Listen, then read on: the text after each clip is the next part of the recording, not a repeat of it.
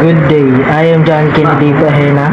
Today I will be demonstrate the proper standard procedure in using and returning drafting tools and materials. Before we start, we need to select the tools and materials that we use in the activity. First, we need the T-square, triangle, compass, masking tape, HB pencil, eraser, towel, and paper bond paper.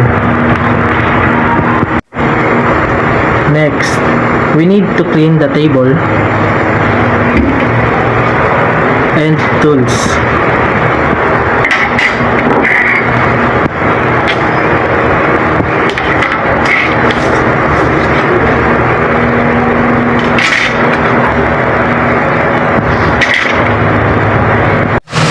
And after that, we need to wash our hands before we start.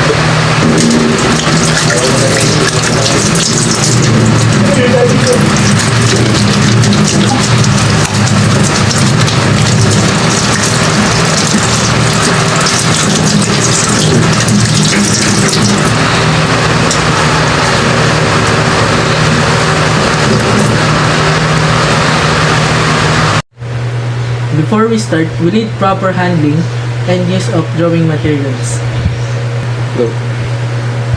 And now, I will demonstrate the proper handling and use of tools.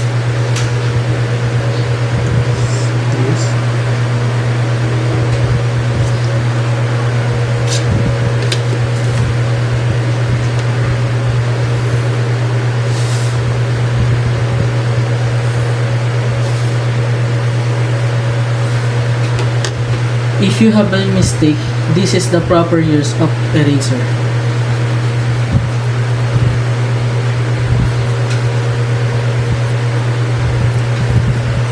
And last, follow the standard procedure while working.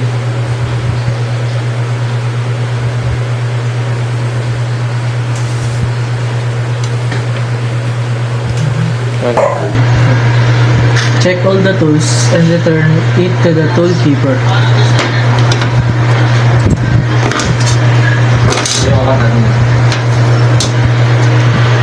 After the activity, we need to submit your finished work to the assigned instructor.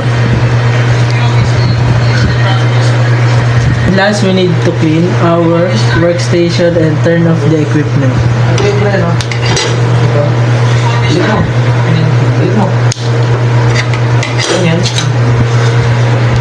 Oh, sige. Sagad ah.